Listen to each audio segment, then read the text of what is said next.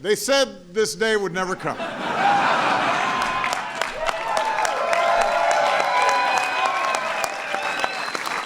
Here is something none of my predecessors ever got a chance to say.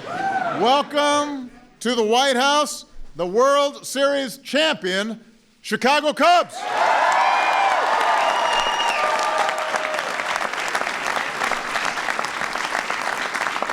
Now, I know you guys would prefer to stand the whole time, but sit down. I will say to the Cubs, it took you long enough. I mean, I've only got 4 days left. You're just making another run. Now listen, I made a lot of promises in 2008. We've managed to fulfill a large number of them, but even I was not crazy enough to suggest that during these 8 years we would see the Cubs win the World Series. But I did say that there has never been anything false about hope. Hope.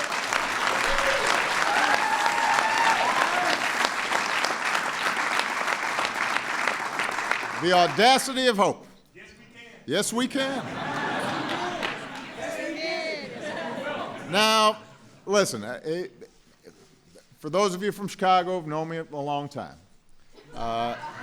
it is no secret that there's a certain South Side team that, has my loyalty. For me, the drought hasn't been as long. We had the '85 Bears, we had the Bulls run, the '90s. I've hosted the Blackhawks a number of times. The White Sox did win just 11 years ago with Ozzie and Konerko and Burley. So I can't claim that I have the same just visceral joy of some in this White House. But Flotus is a lifelong Cubs fan. And I will tell you, she had to go to another event, but in the 8 years that I've been here, I told the team this, in the 8 years that I've been here, we've hosted at least 50 teams, football, basketball, baseball, soccer, you name it.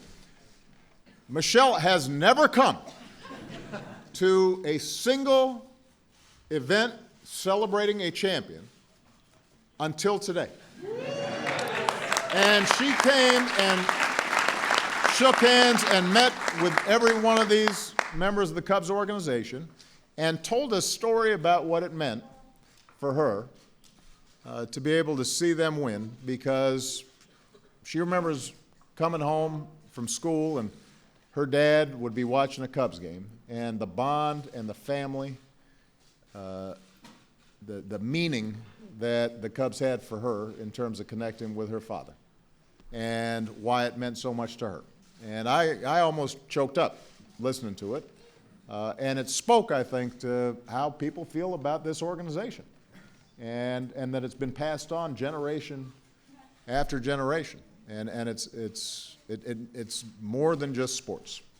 And that is not just true for Flotus. My longest serving aide, Anita, is a Cubs fan.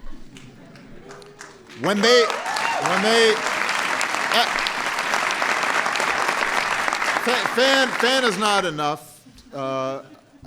When they won, the next day, she said, "This is the best day of my life." And I said, "What about me winning the presidency? What about your wedding day?" She's like, "No, this is the day." My chief speechwriter, Cody Keenan, Cubs fan. In fact, there were a lot of sick days during the playoffs.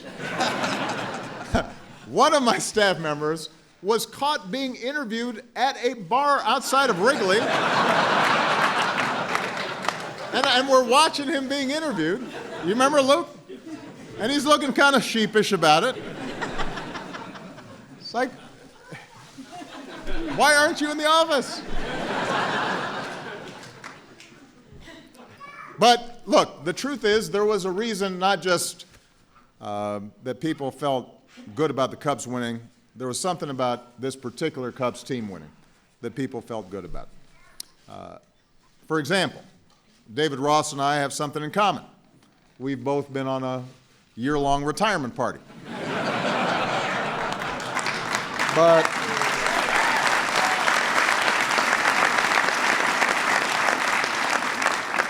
unlike Grandpa, my team has not yet brought me a scooter with a motorized golf caddy, but there are 4 days left. Maybe I'll get that.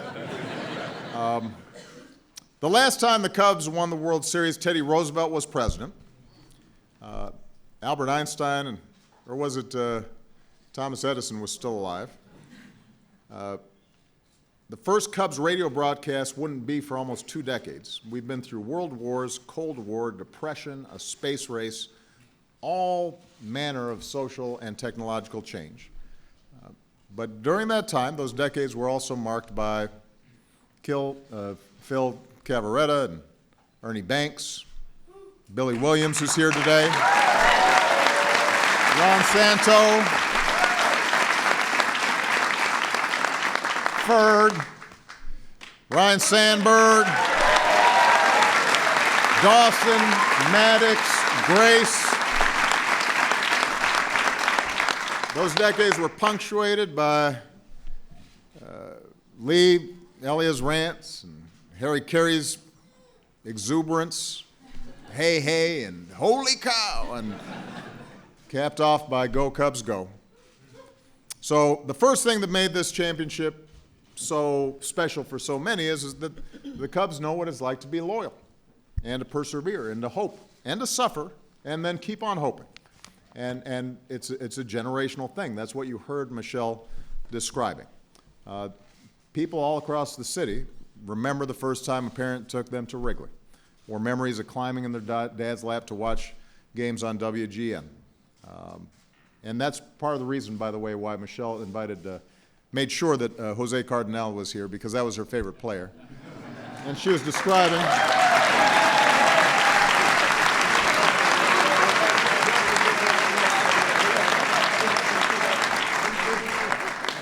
back then he had a big afro, and she was describing how she used to try to wear her hat over her afro the same way Jose did. You could see all that love this season in the fans who traveled to their dad's grave sites to listen to games on the radio, who wore their mom's old jerseys to games, who covered the brick walls of Wrigley with love notes in chalk to departed fans whose lifelong faith was finally fulfilled. None of this, of course, would have happened without the extraordinary contributions of the Ricketts family. Tom met his wife, Cece, in the bleachers of Wrigley about 30 years ago, which is about 30 years longer than most relationships that begin there last. Just saying.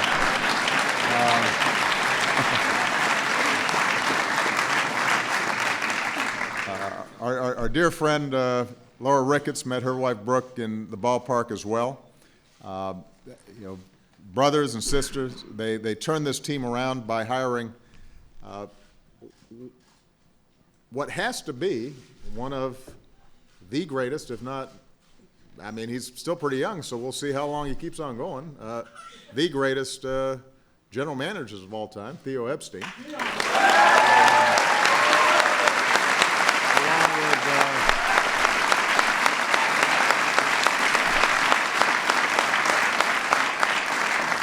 And along with Jed Hoyer and Jason McLeod, they did just an unbelievable job. Theo, as you know, his job is to quench droughts. 86 years in Boston, 108 in Chicago. He takes the reins of an organization that's wandering in the wilderness. He delivers them to the promised land. I've talked to him about being DNC chair.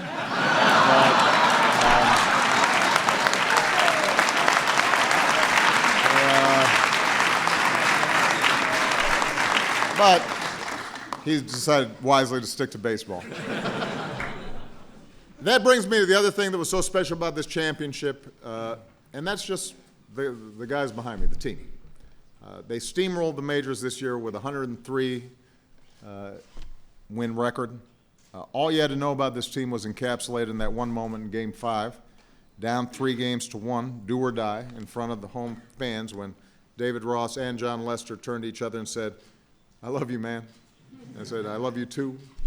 It was sort of like Obama-Biden moment.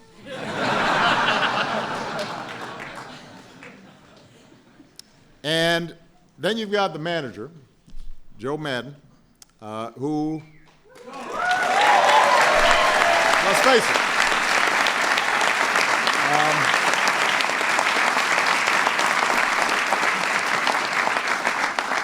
let's face it, there are not a lot of coaches or managers who are as cool as this guy.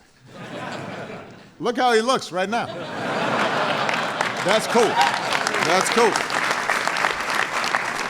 You know, he used costume parties and his shaggin' wagon, and so he's got, I'm just saying, he's got a lot of tricks to motivate, but he's also a master of tactics and makes the right move at the right time, when to pinch hit, when to pinch run, when to make it rain. In Game 7 of the World Series, it was masterful. So he set the tone, but also some of the amazing players here set the tone. My fellow 44, Anthony Rizzo, who the heart of this team.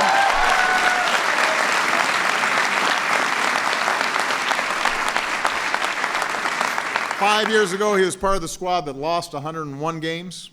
He stuck at it, led the National League in All-Star votes this year. His business partner in the Brizzo Souvenir Company, which delivers baseballs to fans in all parts of the bleachers, Chris Bryant. There's Chris.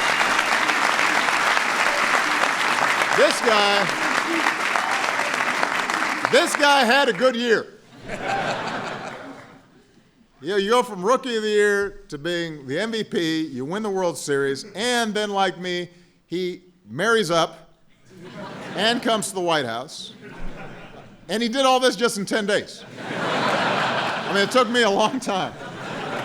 So congratulations to the newlyweds, Jessica and Chris Bryant.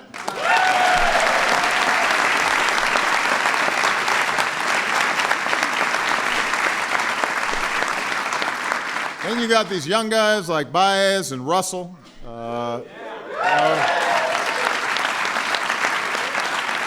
Baez turning tagging into an art form. Russell becoming the youngest player to hit a World Series Grand Slam since Mickey Mantle.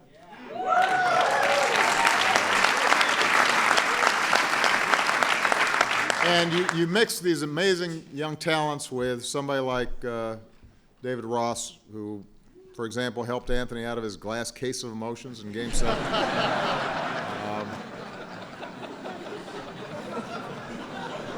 But think about what Rossi did in his final season. Caught a no-hitter, surpassed 100 home runs for his career, including one in his last game ever. If there was ever a way to go out, this was it. And then you got Ben Zobrist, who didn't get to come to the White House last year after winning it all with the Royals, but then hits .357 in the World Series, go-ahead RBI in the 10th inning of the Game 7, World Series MVP. I think he's earned his way here.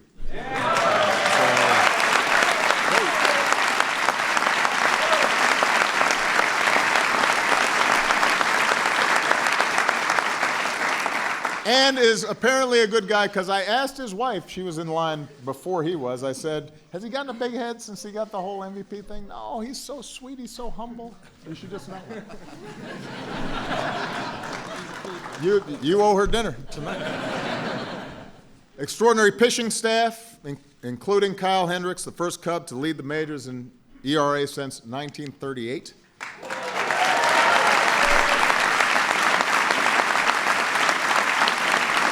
Kyle, in turn, was the only pitcher this year with a better ERA than John Lester, who racked up 19 wins. We've got Jake Arrieta, 2015 Cy Young winner, stretched a 20-game win streak featuring 2 no-hitters across the past 2 seasons, then hit a home run in the NLDS and won 2 games in the World Series. So apparently Pilates works. Michelle says it does. So, and then finally the game itself and the series itself. Come back from a 3-1 deficit against a great Cleveland Indians team, force what is widely considered the greatest Game 7 of all time. Dexter Fowler becomes the first player to hit a leadoff home run in Game 7.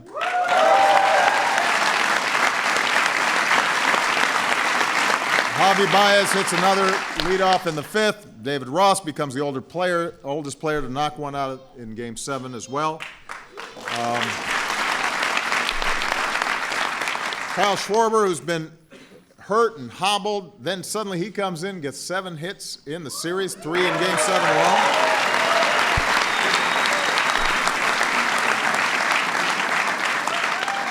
And then you got the 10th inning, you've got the rain. God finally feeling mercy on Cubs fans.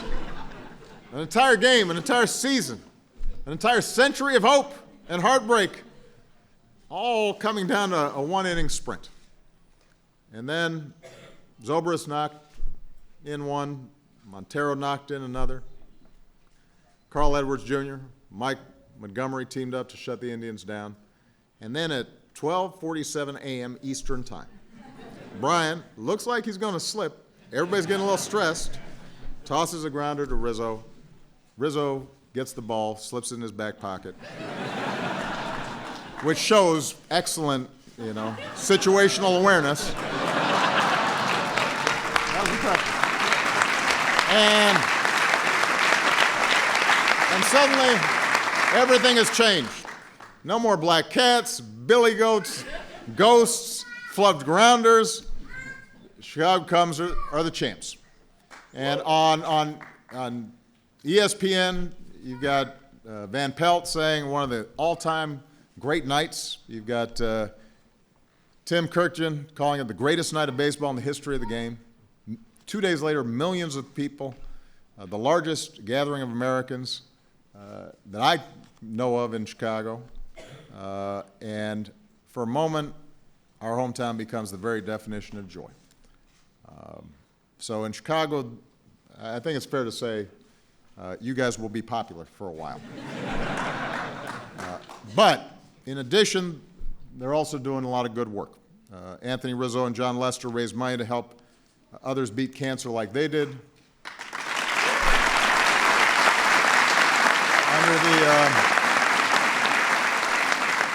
Under the Rickett family's leadership, last year alone, Cub Charities supported charitable grants and donations of nearly $4 million that reached nearly 120,000 children and young adults across Chicagoland.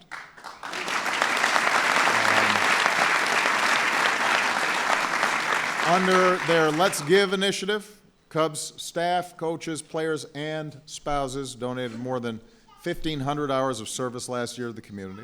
And after the visit here today, they will head to Walter Reed to visit with some of our brave wounded warriors.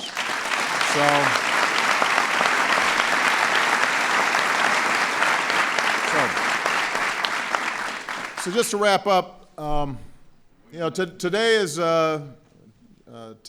is, I think, our last official event, isn't it, at the White House under my presidency. And it also happens to be a day that we celebrate one of the great Americans of all time, Martin Luther King Jr. And later, as soon as we're done here, Michelle and I are going to go over and do a service project, which is what we do every year to honor Dr. King. And it is worth remembering, because sometimes people wonder, well, why are you spending time on sports? There's other stuff going on. That throughout our history, sports has had this power to bring us together even when the country's divided. Sports has changed attitudes and culture in ways that seem subtle, but that ultimately made us think differently about ourselves and who we were. It is a game and it is celebration, but there's a direct line between Jackie Robinson and me standing here. There is a direct line between people loving Ernie Banks and then the city being able to come together and work together in one spirit.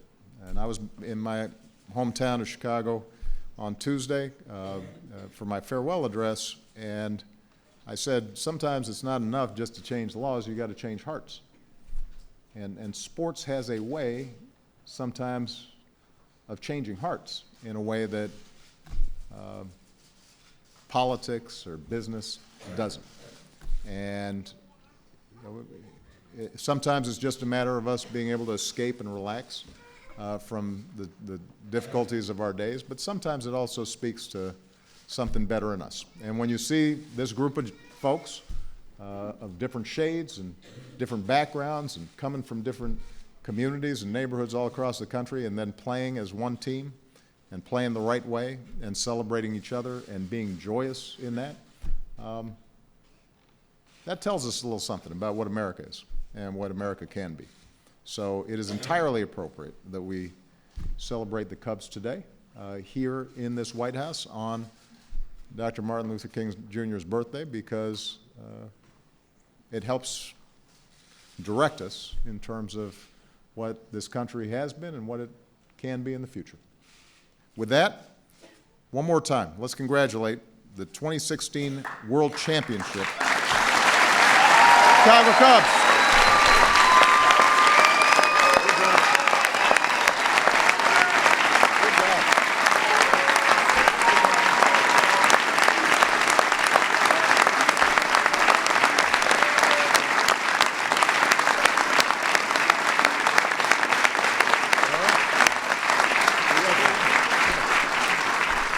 Thank you for that. Thank you. Oof, talk about a tough act to follow right there. Thank you, Mr. President, and thank you for inviting us. We're all honored to be here today, and we appreciate you taking the time on such an important day, Martin Luther King Day, and during such an historic week, the last week of your distinguished presidency. I was told on the way in here, actually, by our club historian that it's actually not the first time this franchise has visited the White House. It was 1888. And we were known as the Chicago White Stockings, and we stopped in here to visit President Grover Cleveland. And apparently the team demanded for a proclamation to be named the best baseball team in the country. The president refused, and the team went on their way. And so here we are. We're going to make no such demands today, but we appreciate those kind words. The president was so kind to recognize our three Hall of Famers here with us today, who are so synonymous with what it means to be a Cub: Billy Williams, Fergie Jenkins, Ryne Sandberg.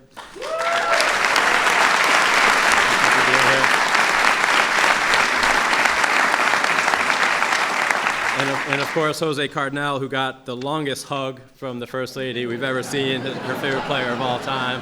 You're the MVP today. And I want to, one more time, recognize all of the Ricketts family who are here today. Tom, who's been such an ideal leader for our organization. Laura, who's been such a strong supporter of this president.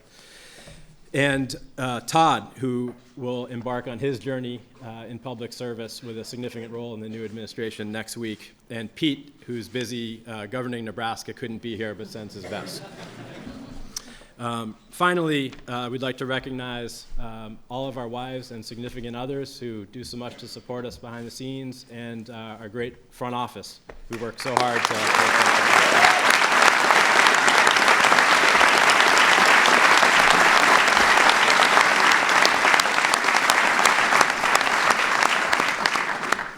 So, Mr. President, as you alluded to in Cleveland on November 2nd and into the early morning of November 3rd, this special group of players behind me in one of the greatest World Series games in history ended the longest championship drought in American sports. And when Chris Bryant's throw settled into Anthony Rizzo's glove for the final out of Game 7, the victory brought pride, joy, relief, and redemption to Cub fans everywhere, including many in the White House.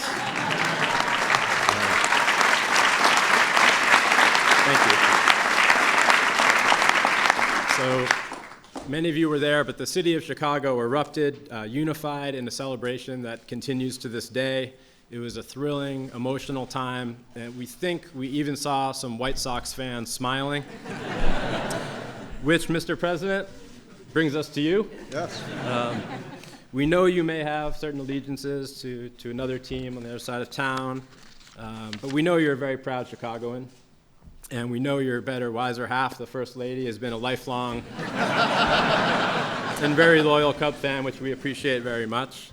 And of course, we have great faith in your intelligence, your common sense, your pragmatism, your ability to recognize a good thing when you see one.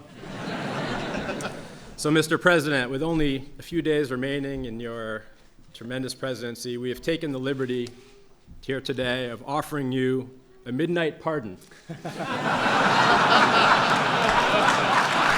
for all your indiscretions as a baseball fan. And so we welcome you with open arms today into the Cubs family.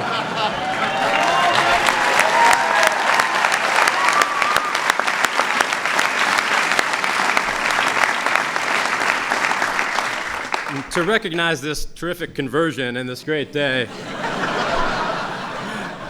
we have some gifts for you and your family. First, Anthony Rizzo has graciously agreed to share his number 44 with the 44. There we go.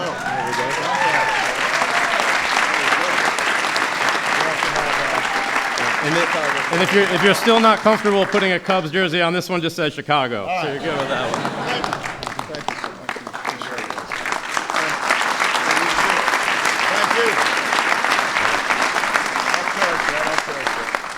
Thank you. Second, we have at historic Wrigley Field, we have a center field scoreboard that's actually an historic landmark. And so we hope the National Park Service won't mind, but we took down a tile for you, number 44, which very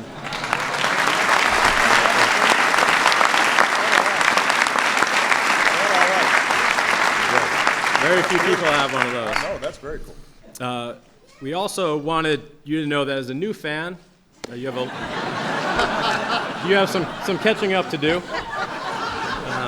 And you've been busy the last 8 years, and your family as well. So Laura Ricketts is here to present you with a lifetime pass to Wrigley Field for you and your family.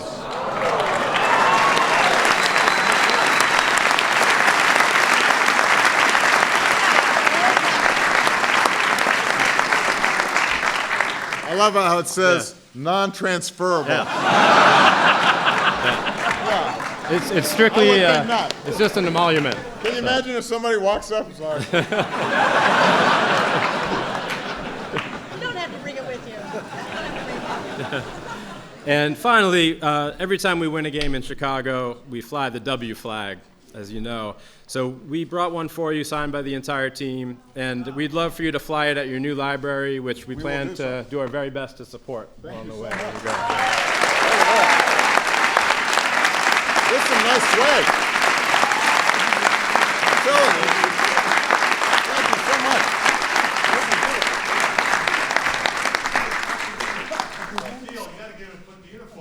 Oh yeah. It's just day one. It's just day one. We're doing okay so far. I'll get carried away. So, Mr. President, thank you for the dignity and integrity with which you've served this country for the last 8 years, for your tremendous service to Chicago and Illinois before that, and for hosting us here today. We wish you all the best and look forward to seeing you at Wrigley Field. Thank you.